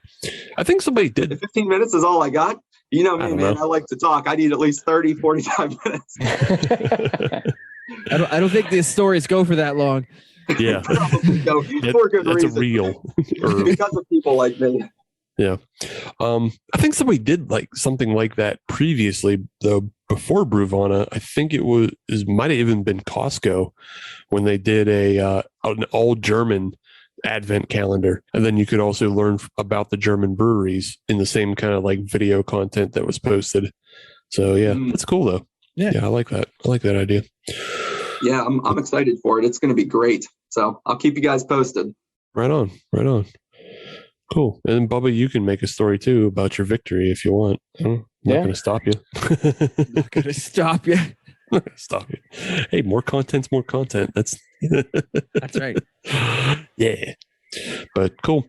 I don't know. You guys don't have anything to plug because you're not on the show anymore. So your plugs are our plugs. Yeah, it's kind of weird to plug the show you're already on. Yeah. But if you have something else that you want that you're excited about, or just you give you the last 5 minutes to talk about any breweries, beers, or anything else going on that you want. I got nothing. Cool. Well, I mean, if you guys need me to kill some time, I guess I could talk about a few things. I don't know. This I wasn't looking for you to kill time. I was just looking for you. You would like this. You would like this, my friend. This would be a good beer for you. It's hazy, but very flavorful. It's very citrusy, but it's not hoppy. It's not an IPA. It's more in the Belgian-y wheat family of styles. So I think you would actually really enjoy this beer that I'm drinking. If I'm enjoying it, I think you will. Well, I wouldn't say that for all beers, but for this one, yeah, I'll buy it. Yeah, not for all beers. All non-IPAs, maybe. Agreed. Endorsing. Yes. But yeah, if I come across that, I'll pick up a bottle. What the heck? Why not? It's Christmas. Yeah, I'd probably try it too. I mean, I got a bunch of other things lined up. I got like another Cinderlands that She's a Butte Bruce IPA. I got to get it into that, and that's what I was drinking on the show last year for the year in review in 2020. The She's a Butte, one of my absolute favorite holiday beers. Love that one. It's so good. I believe I had it as well after you had talked about it. And, obviously enjoyed it a lot because I picked it up again. Also, I just like spruce beers in general. But, yeah, good things to check out. Brew Gentleman does one called The Trees, which is supposed to be really good. I've not had it, but my neighbor raves about it. We'll have to keep that on the radar, then. It's out now. Look around. I'm sure you can find it. Creekside. Probably. Of course. So I guess we'll come back to the beers that you guys are drinking. Bubba, the Allagash, what the hell was that? Nocturna? The Nocturna. What are your thoughts on that bad boy? It is delicious. This is the third one I've had. So Tonight? not tonight. No, Oh, okay. All right. No. So you're holding it together really I wouldn't be well. awake. I wouldn't be upright if this was my third one. But no, this beer is delicious. It's rich. It's creamy, and I'm pretty sure everybody on this panel would love it. I bet so. I mean, it's Allagash, so You really can't go wrong with those guys. Oh, Yeah. yeah, it's a good start, and then barrel aged, and then goodness. So It's delicious. Sam, final thoughts on your beer? Yeah, so some additional thoughts on it. I mean, it's a solid beer, and I'm not a fan of wheat beers. You know, it's probably tied with blondes for my least favorite style, but this is a good one because it adds a unique twist to it. There's some good, juicy, citrusy flavor in there. I can taste some holiday spice. This is a wheat ale that I feel was kind of designed for beer drinkers like myself who would normally avoid this style. So I think it can be enjoyed by those IPA lovers, those hop heads, as well as, anybody else that's just looking for a really solid Christmas ale. And, Victory is, they produce a lot of good stuff. I mean, they definitely have more hits than misses, in my opinion. So, support PA. Agreed. Yeah. There's a reason they've been around for so long. There's a reason why they also have distro throughout the entire state. Yep. And continue to, Victory is no slouch at all. Adam, final thoughts on yours? I enjoyed it. Just a friendly reminder for those that were listening from the beginning. I have the old one flip cream ale by Allegheny City, 4.9% on the ABV. Straight down the middle cream ale, nothing exciting. That's exactly what I wanted for this episode. I liked it. I enjoyed it. I'd drink it again. Of course, Adam has a cream ale. Damn right. Steve, how about yourself? What were the final thoughts on yours? Yeah, so unsurprisingly, but again, a reminder to our audience that I was drinking the Necromancer Soggy Bottom Pastry Stout. It's good beer. My only criticism is I wish it had more blueberry flavor on it. I was expecting a lot bigger blueberry stoutiness to it. Otherwise, it tastes kind of like pie. That's what it tastes like. Kind of what it's supposed to be. Yeah, it's big. It's not for being almost 10%. It's not boozy at all. Unlike a beer that we may have had an episode ago that was only 8% and tasted like fucking isopropyl. This is not that. I still disagree with that assessment, but I'll let it go. Well, it's cool for you to be wrong. But yeah, this is not that at all. It's very smooth. It's very drinkable. Yeah, just wish it had more blueberry flavor. That's it. But you could just throw some blueberries in there. Yeah, totally could. I could just bumbleberry it up like a fucking fatheads. Absolutely. But I didn't have those on hand, so I didn't know ahead of time. Now I know for if I drink it again, or for anybody who's listening, now they know to throw some in. I zhuzh it up a little bit. Yeah, I take the burden for everybody else, and that way I'm much like Christ, which is appropriate for the season. Oh, okay. That's a pretty big leap. That is a bit of a leap. It's a good something. leap. All right. I'm not signing that paperwork. Whatever. I don't need you to. I said it. Gonna do it anyhow. That's right. That's right. Oh, but thanks again for Bubba and Sam coming on. That's greatly appreciated. Before we go, who won the ugly sweater Christmas sweater vest contest? Yeah, you did. Just want to show everybody again I didn't know this great sweater that I'm wearing, sweater vest. And I brought it on for the contest. I really wanted to win today, and I think that I pulled it off. The thing is grandma'd up, huh? Mm-hmm. It is my mother-in-law's. It is an original handmade sweater vest. It is about 40 years old, and it actually secured me a win at my company Christmas party one year when we did an ugly sweater contest. I mean, people thought it was horrendous. And it is. Yeah. And it got me a $25 Starbucks gift card. So you guys have to beat that prize. I need something that has a monetary value more than $25. So congratulations on a contest that you yourself created. Without telling anybody else. Adam, just give them 2 Hop Nation glasses. Yeah, you're getting glasses. It'll be fun. Pop-up contests are the best kind of contests, and everybody needs to be ready for these contests. Clearly, you guys weren't this time, but we'll probably be doing this again in 2022. Yep. Just give them 2 Hop Nation glasses. Call it a day. Yep. I'll take them. Give them something to go away. My collection. I only have one, so a couple more, and I'll have a set. Yeah, more for the fam. That way, your wife can drink out of one at the same time.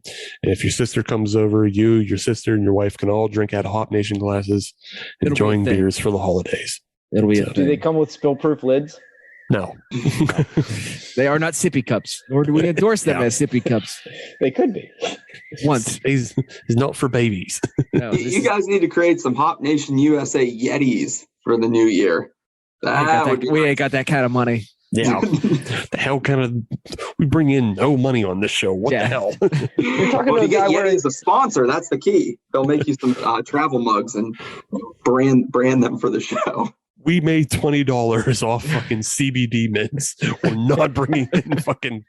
That won't even get us Yetis. one Yeti tumbler. Yeah, that won't get us a Yeti to hand paint. We got to get it off the Facebook Marketplace. You guys have more money than Sam. He's resorted to clothes that are twice his age. So well, yeah, this is true. That shirt is a special kind of hideous, but yeah. Yep. Thanks you guys for coming. 42 years old. Remember, I'm 21, so that's my age. Okay. Thanks for coming on. Yes. With that, happy holidays to everybody who's listening right now. And if you want to find us on social media, all you have to do is search Hop Nation USA. That'll get you Twitter, Instagram, and Facebook. And if you want to listen to brand new episodes every Friday, as you should, then search Hop Nation USA in your favorite podcatcher like Stitcher, Podbean, Google Podcasts, Apple Podcasts, Spotify, Pandora, anything that starts in pod and ends in cast. We're on all those platforms. But if you're on any of them, leave a 5-star review because we are a 6-star show, but they only let us use 5. 5 golden rings. So, yeah. Thanks to everybody who's been hanging out with us for the 2021. I hope you won. What year are we? It doesn't matter anymore. What show is this? What number episode are we on? It's a weekly recap. Episode 15. So good every week about remembering which episode it was. Well, it's holiday programming, so you don't have to remember any episode. Nope. I consider it non-canon. It doesn't count. But that's right. There's no news notes to meet. That's right. It's all chaos. Mm-hmm. But thanks to all of our guests who came on this week, and we'll continue on next week with hopefully 6 more guests, all talking Christmas, year in review, doing all that kind of stuff. Tune in. Who knows who'll show up? Be there. Maybe Santa Claus. Maybe not. I don't know. But until then, thank you for listening. Bye. Happy holidays. Bye. Bye. Bye.